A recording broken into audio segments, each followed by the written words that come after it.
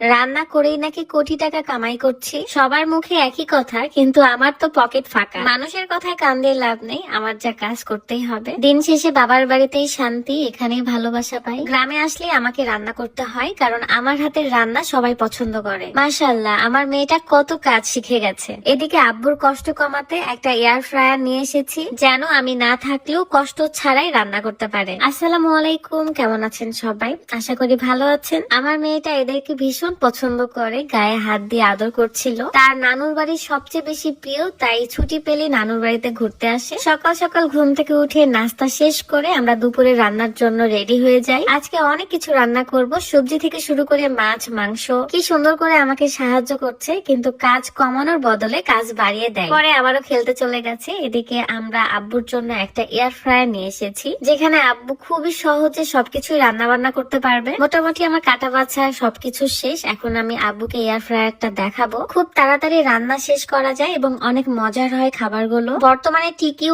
IU air ফ্রায়ারটা বেশ জনপ্রিয়। এখানে আপনি পিজা, কেক এসব বানাতে পারবেন। এমনকি ভর্তা খেতে চাইলে গোটা আলু, বেগুন এগুলো দিয়ে রাখতে পারবেন, খুব সুন্দর হয়ে সেদ্ধ হয়ে যায়। আজকে আমি বেগুন ভাজি, পটল ভাজি এগুলো বানাবো। অল্প একটু তেল দিয়ে আমি মাখিয়ে নিলাম এবং এয়ার ফ্রাইয়ে হালকা করে তেল ব্রাশ করে সেটার উপর দিয়ে দিব। কম তেল খরচ হয় এবং খাবারেও আপনি স্বাদ পাবেন। টিকিউ আইউ ফেসবুক পেজ থেকে আপনারা এই এয়ার ফ্রায়ারটা পেয়ে যাবেন। পেজটা ভিডিও ডেসক্রিপশনে দেওয়া আছে। এমনকি আপনি চিকেন, ফিশ এগুলোর বারবিকিউ করতে পারবেন। আমি আরো একদিন পিজা, কেক বা বারবিকিউ এগুলো বানিয়ে দেখিয়ে দিব। এয়ার ফ্রায়ারটা নেওয়ার জন্য এখন এই টিকিউ আইউ ফেসবুক পেজে ভিজিট করুন এবং অর্ডার করুন। আমার যেহেতু আরো রান্না বান্না আছে, তাই আমি মশলা করে নিচ্ছিলাম। আর আজকে সারাটা দিন আমাদের বাড়িতে কারেন্ট ছিল না, কারণে ব্লেন্ডারও ইউজ করতে পারিনি, মোটর থেকে পানিও তুলতে পারিনি। আগে যখন কারেন্টের অভাবটা বুঝতাম না, তখন কিন্তু নর্মালি পাটাতে বেটে নিয়েছি, পানির জন্য টিউবওয়েল চেপে পানি নিয়ে আসছি। অথচ এখন কারেন্ট না থাকলে নিজেদের অসহায় মনে হয়। পুঁই শাক দিয়ে বাটার মাছ এবং পটল আলু ভাজি করেছিলাম।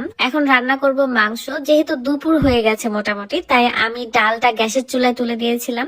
আজকে ডালটা অনেক মজার হয়েছে। গ্রামে আসলে গ্রামীণ টাইপের রান্না বান্না করতে বেশি ভালো লাগে। অনেকক্ষণ বসে থাকার কারণে পা লেগে গেছিল, এই কারণে আমি পাটা সোজা করছিলাম মাঝে মাঝে।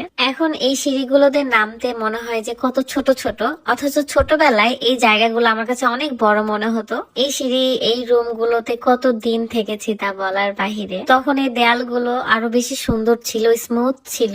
তখন তো রেগুলার আসলে নুড়ি দিতে হতো, এখন আসলে এসব কাজ কেউই করে না। মাঝে মাঝে মনে হয় আরো বেশ কিছুদিন থেকে বাড়িটা একটু ঠিক করব, মানে নুড়ি দিব আর কি। সেই সময়টুকু হয়ে উঠছে না। আমার ভাবি যতটুকু পারে করে।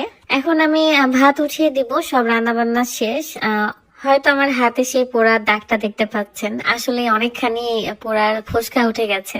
আমি অনেক ব্যথা পেয়েছি, তবে এটা কাউকে বুঝতে দিই নাই। সবচেয়ে মজা হয়েছে এই তরকারিটা। ফুলকপি, বেগুন, আলু ছিল এবং মাছ দিয়েছিলাম। মাছটা ভেঙে দিয়েছিলাম। অনেকগুলো রান্না করেছি যেন রাতের বেলা আমাকে আর রান্নাঘরে বসতে না হয়, কারণ আজকের দিনে পিঠা বানিয়েছিলাম। পিঠার ভিডিও আপনারা অলরেডি দেখে নিয়েছেন। আমার রান্না বান্না মোটামুটি শেষ। আমার আব্বু, আমার ভাইয়ের বড় ছেলে বসে পড়েছে। আসলে আমি যেহেতু একজন ব্লগার, সো আমি কোথায় কি করছি, কেমন লাইফস্টাইল কাটাচ্ছি সেগুলো আপনাদের সাথে শেয়ার করি।